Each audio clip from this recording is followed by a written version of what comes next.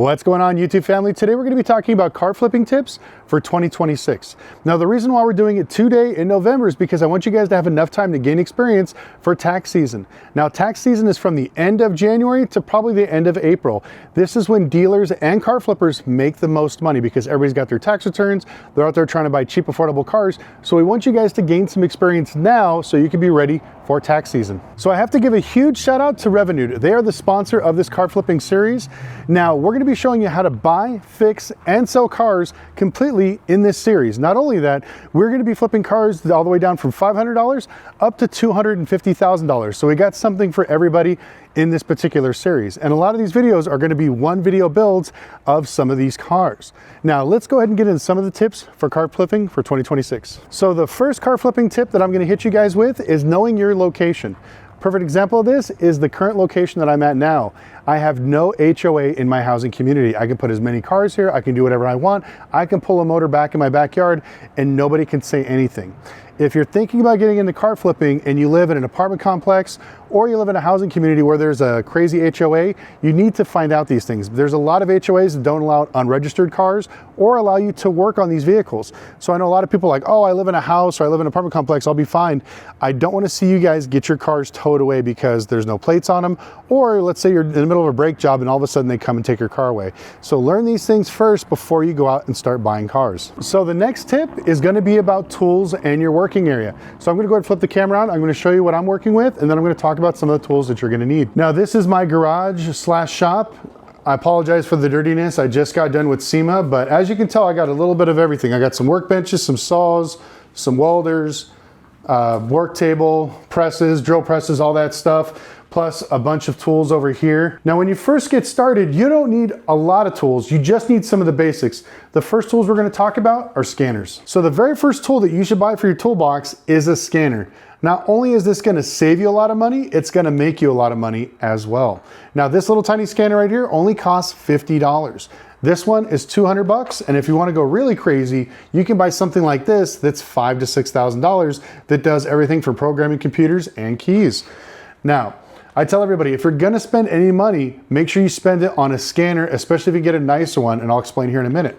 But the reason why you want a scanner is if you're going to go look at a car, this could be a great tool to figure out what's wrong. So as you plug it in, you can read, hey, look, this has got 20 codes. It's got a bunch of different things wrong with it. And then on top of that, it could be a sales tool. You could literally show the customer, hey, look, there's 20 codes in this thing. This thing needs a lot of work. I know you want $5,000 for the car, but with all these things wrong, I think you should probably sell it to me for somewhere around $3,000. On top of that, it allows you to fact check a lot of these guys that are selling cars. There are a lot of flippers out there that are extremely dishonest. They will tell you to your face, the car is perfect, there's no issues, no problems, no check engine lights. If you plug in one of these scanners, especially these little cheap ones, there's 3 dots right here that let you know if the monitors have been set. Now, every time you go through a drive cycle, the car is constantly checking itself, making sure that everything is fine. And once all the monitors set, the green light will pop up and it'll tell you that it's ready for smog or emissions. But if the guy tells you he drives it every day and there's no issues and you plug this in and the monitors are not set, it lets you know that he lied. He probably cleared the check engine light right before you got there, and there's more than likely something wrong with the car and you won't find out until you drive it away. So this is a great fact-checking tool. Now, the reason why you want to spend a little bit more money, if you can and afford it, is one of these more expensive scanners. I cannot tell you how much money this scanner has made me. I've bought in tons of European cars and other cars that were stuck in limp mode. A lot of these more cheaper scanners will only go surface level and tell you some of the issues. Where this one, I've literally bought in a Mercedes that said low voltage. I put a new battery in it, cleared the systems, and the car ran great. The guy thought the transmission was bad. There was all kinds of issues, but all it was is you need to have an actual scanner and the right battery in the car to make it run.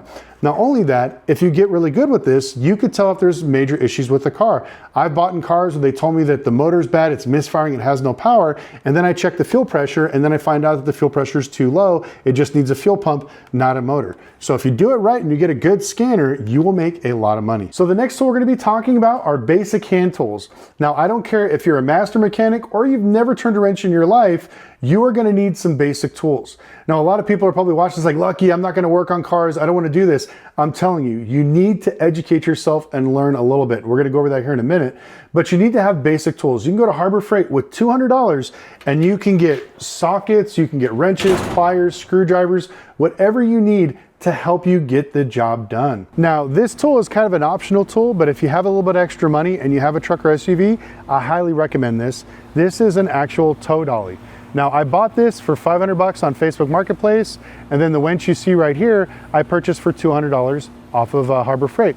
Now, the reason why I love these type of tools is because, one, if you want to go buy a car and pick it up yourself, you can do it fairly quickly. You don't need anybody else to help you. You just pop the car up like I did with this one and bring it right back home. Now, I tell people tools are important because if it saves you time or saves you money, it's definitely something you should invest in. Now, altogether, I'm into this thing maybe $700, which is not a big deal, but it is a big deal because now that my tows have basically tripled in price, in 2019, I was paying 50 bucks to tow a car from my garage or my shop to my house or to the auction, whatever the case may be. Now it went from that to 150 to almost $200. So just from towing 4 cars just this week, this thing is already paid off. Now, one thing that if you have a little more money and you could have the budget for it, I tell everybody, buy a trailer. Now this thing has already made me some money. It's about maybe 15,000 bucks. It's a 14,000 pound trailer, but not only that, this is a tilt trailer. So this thing actually tilts back so you can roll low profile cars on it. Now the reason why I bought it is because I purchased that Rolls Royce you just saw in the garage, and the reason why I wanted to pick that one up is they were going to charge me over $900 because it was a non-running car to bring it back here to Las Vegas from Phoenix. So instead, I put $1,000 down on this trailer, and this thing's going to cost me, I think it's $300 a month for a loan, but I've already towed about 6 things. So every time I tow something, I put $100 from that into my payment. So my goal is to pay this off in 6 months because, like I said, any good tool will save you time and money. Which leads us to our next tip, which is continuing education. A lot of car flippers are extremely one-dimensional. They only do one type of repair or one type of flip, and that's all they know how to do. You want to constantly be learning everything, especially if you have no mechanical knowledge. Now, this is very important. If you get some basic hand tools, you can go out there and do simple things. If you got to change a battery, try it out, give it a shot. Once you do that, maybe change the brakes on a car. It doesn't seem like much, but when the mechanic tells you it's $500 to change your brakes, but you watch a YouTube video and you do it in 20 minutes, you're gonna realize that you're throwing away thousands of dollars. Now, if you're making more than $500 an hour and you're too busy, then I understand you could sub it out. But if I'm doing the same thing, you should definitely be doing the same thing to save some money, because that's what it's all about in the beginning. Now, to make this point even more concrete was I had a friend of mine that had a C-Class Mercedes and the alternator died. He took it to his shop. They told him it was gonna be like 1,800 bucks to fix it. So he said he was done. He didn't want to mess with it anymore. He was just going to get something else. And I told him, hey, look, if we put the alternator in your car, we could sell it for $3,000, or I can just give you $1,000 for it. And he said, yeah, give me $1,000 and we'll do it. So I said, no problem, I'm on my way. So I drove to his house with just a simple set of hand tools. I was like, okay, I need you to take off this one bolt here and unplug the alternator. Once he did that, I'm like, okay, cool. I'm gonna go grab the alternator. Can you do me a favor? Can you unbolt that last bolt in there and just go ahead and pull the alternator out? I had him pull it out. So once I got back with the alternator, I basically hit him with this question. Okay, if I put the bolts back in, I'm gonna buy this car for $1,000, or you could put the bolts back in and we could sell it for $3,000 on Facebook Marketplace. What would you like to do? He kind of stood there and started laughing. He's like, well, I'll just finish this. I was like, so you're just gonna do the exact opposite of what you just did. And after he put it back together, we started it up and he laughed. He's like, I didn't realize it was this simple. And I'm like, you won't know until you try. So when it comes to that point, always try to do something extra when it comes to mechanical repair, including detailing. If you've never polished before, try to polish some headlights. If you've never done body work before, try a little bit of body work. Test little things to grow your knowledge, because as people get into this business, they basically stop learning and they're just one-dimensional, and not all cars will basically suit your needs. If you look behind me, I literally have cars that are mechanical and paint and body. I have stuff that's electrical. I have other things that are body kits, lifted cars, all kinds of crazy stuff. So the more knowledge you build, the more opportunities you're gonna have to buy certain cars to make money on. Now, to follow up that tip with another tip, staying in your lane. Now, it's very important. I want you guys to grow your knowledge, but I don't want you to go out and buy a bunch of cars with blown head gaskets, blown motors, and blown transmissions if you have no mechanical experience. So you need to sit down and figure out, what am I good at? Are you good with maybe mechanical stuff?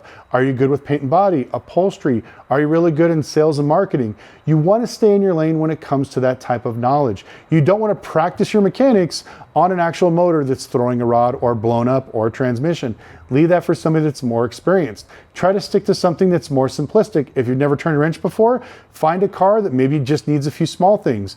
Maybe needs some brakes. If you're okay with body work but don't know a lot, find a car with maybe a bad paint job. You can scuff it and shoot it in your garage, make a few extra bucks. If you're a detail guy, if you can cut and polish paint and make it look brand new and polish the headlights, you can make a car basically back to brand new and get an extra $500 to $1,000 from what you paid for it. So knowing your skills and knowledge before you jump into the bandwagon of buying cars that you simply can't fix is a big headache. And that's going to lead us to our next tip: time. Time is critically important. Now, I'm going to say this as clearly as I can into the camera. Time is probably the most important thing when it comes to flipping. A lot of people think that I'm going to buy 6 or 7 cars, I got a good deal on all of them, but it takes you a week, a month, a year to finish all these cars. It's simply not worth it. Time is not only money, but it's opportunity costs. So if you buy a car, I tell everybody, your goal is to turn it and burn it in a week. You know, if it's something simple, something easy, you want to clean it up, get it done, and sell it.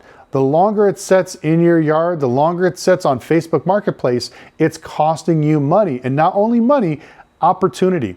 So a perfect example of this is, let's say I bought this Rolls Royce and I want to sell it for, let's say, $5,000.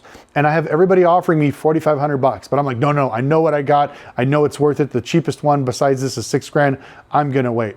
Most people will take that approach. I will just sell the car because I'd rather lose $500 that gives me the capital back right away so I can go buy another car and possibly make $2,000 or $3,000 on that car.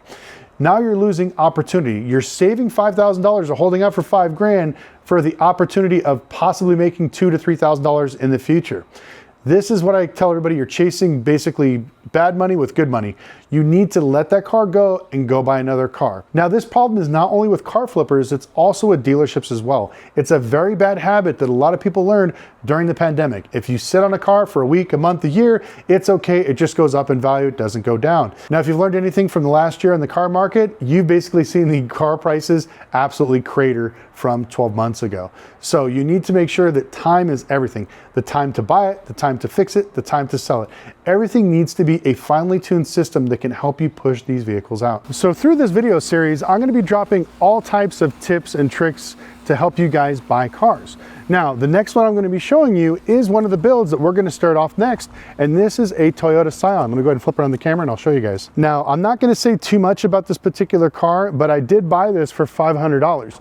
And I'm going to show you 2 ways to flip this. We can either sell this for $3,500 to $3,800 after we fix it, or we could sell it for up to $12,000. I know that sounds insane, but you'll have to stay tuned for the video. And of course, the other build that we're going to be doing is something a little bit more on the higher end scale, which is this 2022 Rolls-Royce Cullinan. Now, this car had some front end damage to it, which is not that big of a deal, but we're going to be fixing it, and I'm going to show you the difference of fixing it regular or doing something special to get some extra money.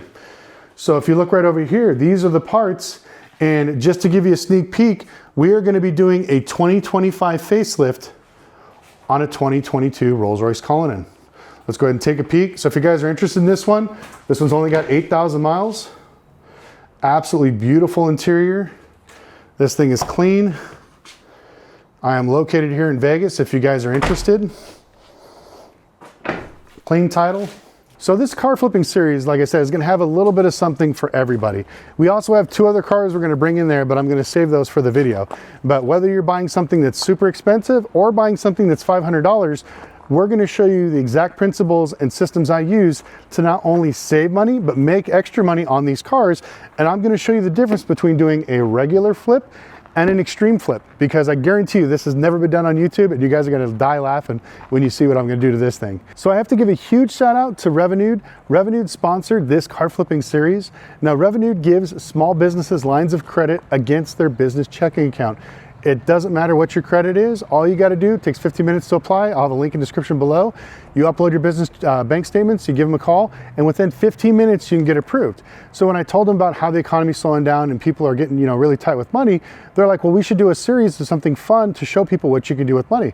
And I asked them, I was like, okay, give me 20,000 bucks and I'll go out and buy a bunch of cars and we'll do a car flipping series. And sure enough, they gave me a line of credit and they said, go out and have fun. So I'm going to show you guys how I'm using this money, what it's actually going to cost me, and then on top of that, how much money we're going to make from a lot of these cars, which I'm super excited on. So definitely check out Revenued. Their link is in the description below. But I want to thank them so much for sponsoring this video. And if you guys have any questions, please put it in the comment section below. For the first day, I'm going to be answering every single comment. We're going to be changing the content on this channel completely different. I love sitting doing talking head videos, telling you guys about the whole economics of finance and what's going on in the car market, but I like to build cars, and this is what I do for a living. Because to be honest with you, YouTube makes maybe $2,500 a month, where this is where I make a bulk of my money, is basically buying buckets like this, fixing them up, and doing weird stuff to them. So I want to bring you guys along for the journey. I got some really great stuff coming up. I can't wait for you guys to see the next build videos. Let's go.